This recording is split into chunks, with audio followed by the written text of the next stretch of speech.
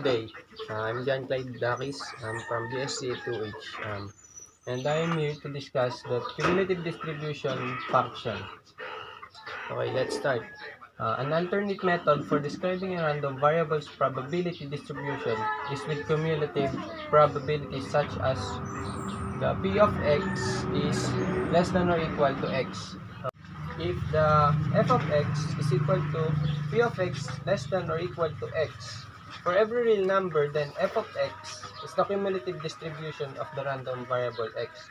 And we have the given equation for the cumulative distribution of random variable, which is f of x is equal to p of x less than or equal to x, which is equal to summation of the probabilities of x sub I, which is x sub I is less than or equal to x. And for a discrete random variable x, f of x satisfies the following properties. We have here three properties. And the property 1 is the equation nga. And then greater than or equal to 0 and less than or equal to 1. And then the third one is if x is uh, less than or equal to y, then f of x is less than or equal to f of y. Now we have a sample problem here. A computer shop carries drives with sizes 1, 2, 4, 8, or 16 gig. The table gives the probability distribution of x as the amount of memory in a purchased drive. We are asked to find the cumulative distribution function of x. So before start, let us determine for the f of x for each of the given x. So the cumulative distribution is denoted by f of x. So the f of first is the f of 1. F of 1 is equal to the probability of p as x is less than or equal to 1, which is equal to the probability of x is equal to 1. Or you can rewrite this as the probability of 1, which is equal to 0.05. For the f of 2, p of x is less than or equal to 2. Is equal to the p of x is equal to 1 or 2. So since or, we will add the probability of 1 and the probability of 2, which is equal to 0.05 plus 0.10 is equal to 0.15. Okay, for the f of 4, sorry, the p of x is less than or equal to 4 is equal to p of x is equal to 1 or 2 or 4. So p of 1 plus p of 2 plus p of 4. So it is equal to 0.50.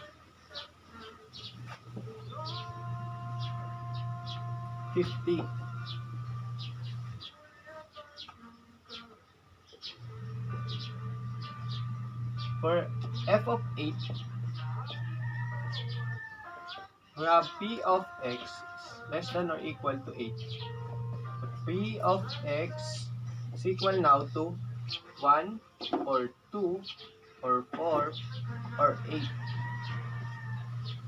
Then we will add the probability of 1, probability of 2, probability of 4, and the probability of 8, which is equal to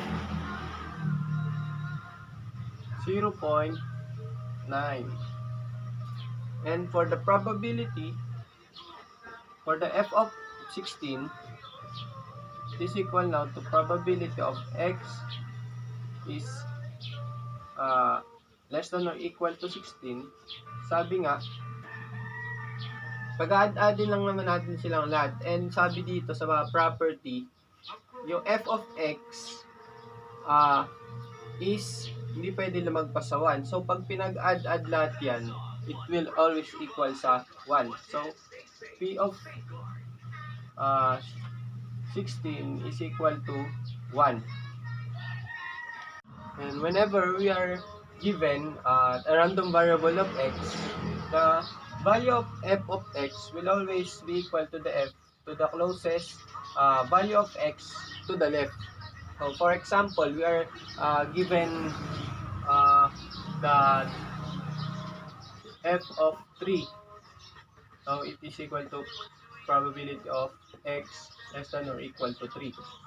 Therefore, it is equal to the probability of the closest value of given x to the left.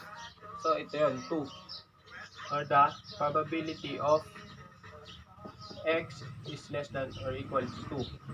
Which is, ito, 0.15. Ayun nga. So, after solving these values,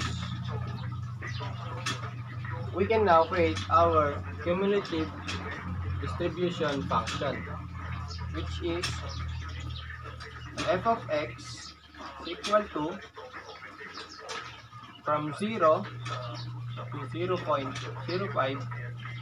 0.15, 0.5, 0.9, and 1, which is equal to, which is x is less than 1, and 1 is less than or equal to x less than 2. And dito ay 2 less than or equal to x less than 4. And 4 less than or equal to x less than 8. And 8 less than or equal to x less than 16. And 16 less than or equal to x. So, yan the probability, the cumulative probability distribution. We can represent this to a graph. This is our x, and this is our f of x. We have the value of x now 1, 2, 4, 8, and 16. And the f of x are 0.05, 0.15, 0.5, 0.9, and 1. So, ito yung 1, 2, 4, 8, and 16. Ito naman yung 0.05, 0.15, 0.5, 0.9, and 1. So, mula dito daw, sabi dito, yung x natin is greater than or equal to 1. So, equal siya sa 1. Tapat ng 1 at sa 0.5. Greater than, ibig sabihin, pero less than sa 2. So, hindi siya dapat tumapat sa 2. Hanggang dito lang. And then, ganun din dito sa 2. Sa f of x of 0.15, x is equal or less, x is greater than or equal to 2, but less than to 4. Yan. And for 0.5, 0.4, ay 0.5 and 4, hanggang dyan lang. Dito.